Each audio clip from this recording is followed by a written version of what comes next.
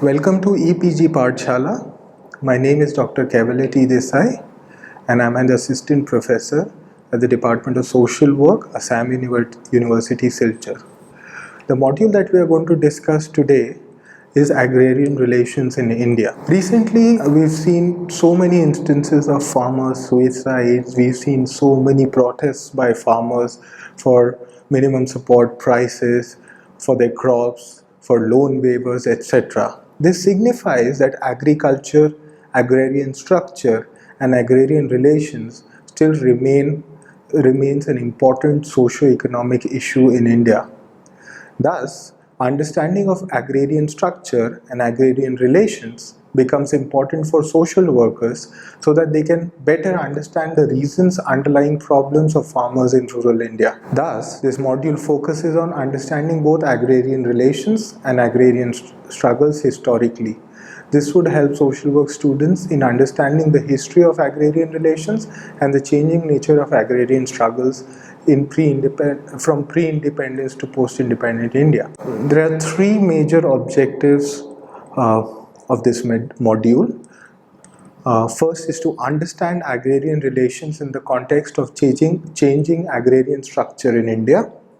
Second is to understand inequities among agricultural classes in India.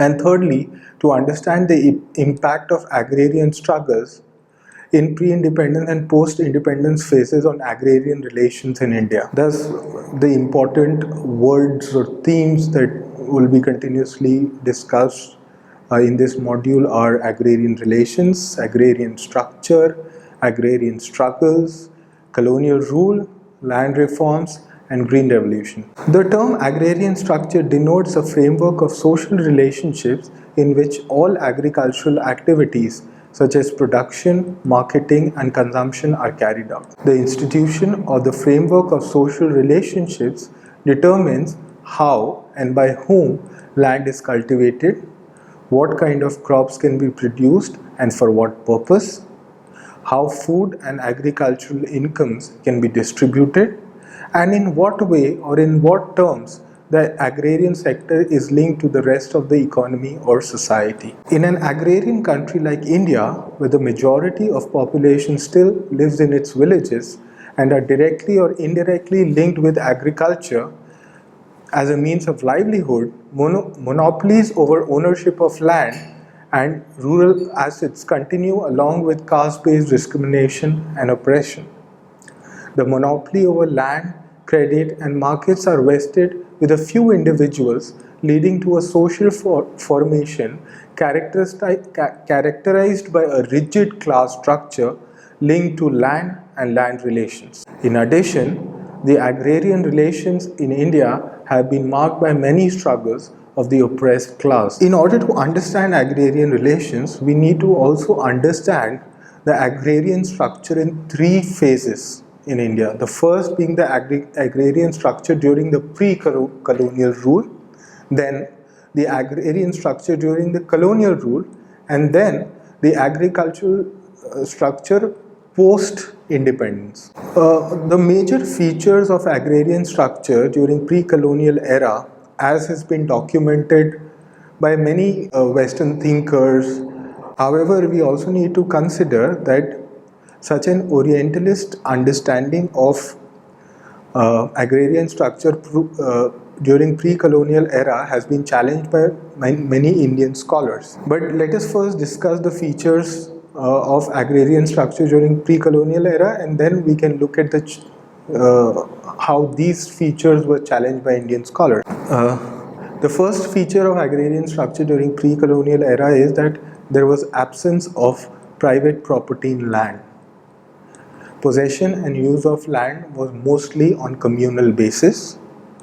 State or the king was considered as the absolute owner of land. Agriculture was also characterized by torrid climatic environment during the pre-colonial era. The state controlled the irrigation or public hydraulic works. Division of agrarian society. The agrarian society was divided into self-sufficient, autonomous and isolated village communities or village as an idyllic little villages as idyllic little republics. All kinds of relationships were organized around the institution of caste, or to put it in different words, caste system as the basis of self-sustaining and self-producing Indian village communities. Moreover, surplus labor was considered as a tribute to the despotic king. Absence of classes led to servile social equality. There was absence of hereditary nobility. Generally, slavery or exploitation of the people directly by the despotic state or king without any relationship or dependence and exchange at the lower levels and juridical restraints. Historical research by Indian scholars, particularly in post-independent India, has convincingly contested this Orientalist understanding of Indian socio-economic structure and proved that during the pre-colonial era, everyone had no equal rights over land or land produce. The village did not hold its land in common. Common were its officials and servants. Then the land rights could not be purchased and sold.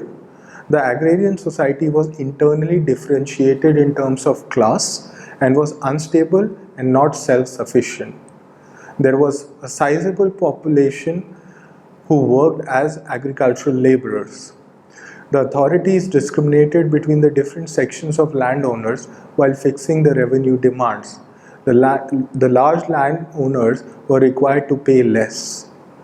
Pre-colonial agrarian relations were also not free of conflicts and tensions, and there was existence of production of crops, particularly cash crops for the market. Having looked at the features of agrarian structure during the pre-colonial era and the contestations of the same by Indian scholars, now let us examine the features of agrarian structure during the British Raj.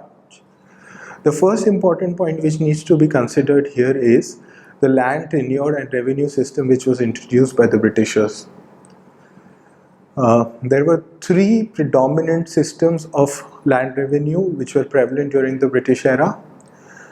The first was the permanent settlement system, and under this measure, the intermediary zamindars, who were the tax collecting officials in the earlier regime, were granted ownership right over land from which they previously only had the rights to collect revenue. The second was the Rayatwari system. Under this, the actual land tillers were given formal property rights over land. The Rayat was a tenant of the state responsible for paying revenue directly to the state treasury and could not be evicted as long as he paid his revenue. The third was the Mahalwari or the Malgujari system. Under this system, the village was identified as a unit of assessment through an individual cultivator in a village. Though an individual cultivator in a village was made owner of the land, the villagers were asked to pay the revenue collectively. A member of the dominant family of the village was generally given the responsibility of collecting the revenue. The second major feature of agrarian structure during the British Raj was the commercialization of agriculture. It means a shift in the agrarian economy from production for consumption to production for market. That is, a shift from production of food crops to cash crops. The demand of raw material in British industries and the manifold increase in the land revenue compelled the peasantry to shift to cash crops. The third major feature of agrarian structure during the British Raj was commodification of land. Due to colonial policies, land began to acquire the features of a commodity. The money lender, who until then lent keeping a peasant's crops in mind, began to see his land as a mortgageable asset against which he could lend money. Yet another feature of the agrarian structure during the British Raj was the deindustrialization of Indian economy. The influx of cheap goods from England after the Industrial Revolution hastened the process of deindustrialization. By ruling the village artisans that also ruining the village artisans that also resulted into the massive pressure on cultivable land. Another common feature which emerged during the British Raj was land alienation. Before the British Raj, the professional moneylenders generally did not evict the peasant from his land, but made him a tenant if he did not pay back the debt. Whereas the landlords evicted him from the land and made him landless. Thus, thus tenancy and landlessness grew significantly. This is a major change that happened in Indian agrarian structure because due to the policies of the colonizers. Then there was conservation and or dissolution of elements of pre-colonial agrarian structure during the British Raj. There is almost a consensus among scholars that while colonial rule destroyed some pre-colonial elements of agrarian structures, it also preserved many. It broke down earlier structures without reconstituting them, and the bourgeois property relations developed without corresponding development of capitalist relations of production and forces of production in agriculture. The agrarian structure under the British Raj, particularly the land revenue system, created a huge hierarchy between the zamindars and the landless peasants. Therefore, after independence, the first major step taken by the Indian government was to introduce land reforms in India. Land reforms in independent India basically find their raison d'etre, or one can say find their entire logic in the constitution itself, which begins with the preamble that is based on four cornerstones of justice. Cornerstones of justice: liberty, equality, and fraternity, and further strengthened by certain specific provisions, particularly the directive principles of state policy. The Government of India directed its states to abolish intermediary tenures, regulate rent and tenancy rights, confer ownership rights on tenants, impose ceiling on land holdings, distribute the surplus land among the rural poor, and facilitate consolidation of land holdings. Now, the basic idea behind land reforms was two. One was to actually abolish the class relations that existed between the zamindars and the peasants, or the zamindars and the kisans. And also, the other objective of introducing land reforms was to increase production, increase agricultural production. The basic idea was that, if we bring about land reforms in India, then it can also generate agricultural surplus. The moment that happens, it will automatically lead to a demand for industrial goods and would lead to industrialization. However, most of the legislations related to land reforms had loopholes that allowed the landlords to tamper with the land records, evicting their tenants and using other means to escape the legislations. Another important feature introduced by the Indian government was the provisions for institutional credit. The Government of India introduced various provisions of institutional credit to weaken the hold of traditional money lenders over the peasantry. It asked cooperative credit societies and commercial banks to lend to the agricultural sector on priority basis. However, the studies showed that much of their credit went to the relatively better off sections of agrarian society, and the poor continued to depend on the servile exploitative sources, such as the money lenders. Yet another important measure taken by the Indian government was the introduction of the Community Development Program. This program, which was patterned on American experiences, was launched on 2nd October 1952, and its objective was to provide the substantial increase in agricultural production and improvement in basic services, which would ultimately lead to overall development of all the sections of agrarian society. However, it failed in its objective and resulted in helping those who were already powerful in the village. One of the most celebrated achievements of the government Indian government post independence has been the Green Revolution. Now, Green Revolution was an agricultural development project that included higher yielding variety seeds and other fertility enhancing inputs such as chemical fertilizers, controlled irrigation facilities and pesticides. The Green Revolution led to a substantial increase in agricultural production. However, it did not mean the same thing to all sections of the agrarian society. While the bigger farmers had enough surplus of their own to invest in the new capital-intensive farming, for smaller farmers it meant additional dependence on borrowing, generally from informal sector. The Green Revolution also resulted in a totally new kind of mobilization of surplus producing farmers who demanded a better deal for the agricultural sector. The Green Revolution, although it's a much celebrated event in Indian history, it actually yielded benefits not just only to big farmers, but also it was limited to very few states. The benefits of Green Revolution never percolated down to small farmers, and also did not. It wasn't a successful. The Green Revolution couldn't be brought about in most of the states in India. So many scholars feel that Green Revolution probably is the success of Green Revolution is probably overhyped. Still, government records also show that yes, Green Revolution did lead to increase in production.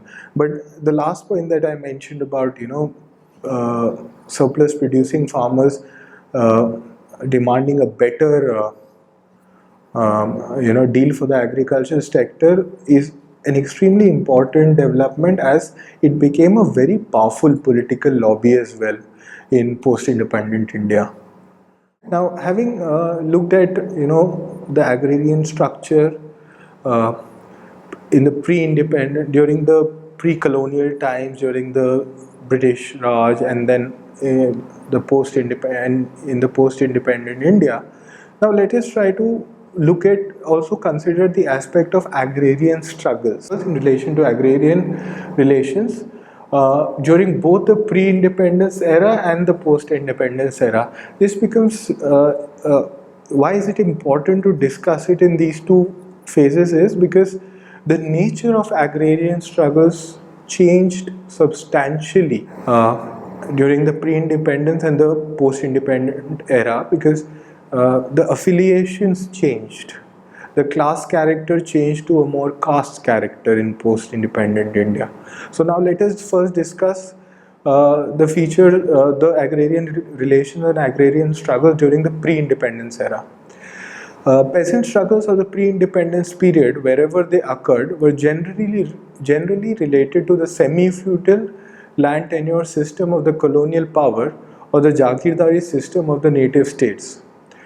During the British Raj, the political economy of the agrarian unrest often seemed to give broad resemblances of class character, that is, peasants versus the landlords, that is, kisans versus the zamindars or the jagirdars. The unholy alliance between the landlord and the colonial power, however, managed to ensure that peasant revolts were localized, and by such isolation, it used brutal force to suppress. It could use brutal force to suppress the agitation. In the however, this class character of agrarian struggles in the pre-independence era changed during the post-independence era. In the post-independence period, while the legacy of the old system continued, Certain new developments like green revolution, commercialization of agriculture, land reforms, spread of literacy and general awareness, and the emergence of powerful farm lobbies in the parliament and state legislatures gave new dimensions to the agrarian relations in the countryside. Regions which were better endowed garnered disproportionate share in public investment in agriculture, besides eating away major chunk of current expenditure in the form of subsidies for fertilizers, electricity, irrigation and credit. The surplus generating peasant castes and classes consolidated their dominant social status in the rural society and in the process emerged as a powerful independent factor in Indian politics. Caste affiliations and common interests provided the binding force behind the realignment of the middle peasants with landlords. Thus, the broad resemblances of class character of the past gradually dissolved into caste denominations. Perhaps this is not a surprising development when abject poverty and landlessness got concentrated among certain section of populations, that is the scheduled castes and the scheduled tribes, and other weaker sections who constituted a major chunk of the agricultural labor. The poor peasants generally found the authorities in their own locality against the law and on the side of the economic power holders. As a reciprocation, the dominated section of the agrarian communities got organized too often in the name of caste or community solidarity. Another pertinent contrast observed is that unlike the earlier radical peasant struggles such as the Telangana movement, which witnessed intense wave of grassroots struggles and subsequent larger political manifestations at other levels, agrarian conflicts of the post-independent period exhibit organization and intervention from above, even in the initial stages. There has been sizable growth and spread of militant peasant organization. With the organization of self-defense corps, the militant peasant organizations for on land grab movement and dhan kati, which is forcible harvesting of landlord's crop, agitation in retaliation to the threats posed by various militant organizations of the landlords. The conflict between radicalism and conservatism, the inability of the landlords to appreciate the demands of poor peasants and landless labor caused tension in the countryside. It's been the agrarian structure which actually highlights what kind of agrarian relations developed between the people in rural India, and especially also the very fact that these relations led to agrarian relations which were unequal led to agrarian struggles during both pre-independent and post-independent India, highlight that it's that agrarian relations have never been equal in our society, and this has what has impacted agriculture. Both in this has what has impacted even the production levels in agriculture. Having looked at the agrarian structure and relations as well as the struggles during different phases, now let us just summarize what we have discussed in this module. First, agrarian relations in India need to be understood in the light of agrarian structure and the changes it has undergone over different periods of time. The changes in the agrarian structure of India can be broadly divided into three phases, namely the pre-colonial phase, the colonial phase, and the post-colonial phase. During the pre-colonial phase, the ownership of land was absolutely with the state or the king. However, the possession and use of land was on communal basis. During the colonial phase, the Britishers introduced a new land revenue system under which agriculture was commercialized. This new land revenue system created two social classes, namely the landlords and the peasants. The agrarian relations between these two classes were oppressive, wherein the former were the oppressors and the latter the oppressed. In the post-colonial phase, efforts were made to both increase agricultural productivity and alter the oppressive social relations between the landlords and the toiling rural masses, the peasants. The most significant step taken by the government was the introduction of land reforms to alter these agrarian relations between the landlords and the rural masses.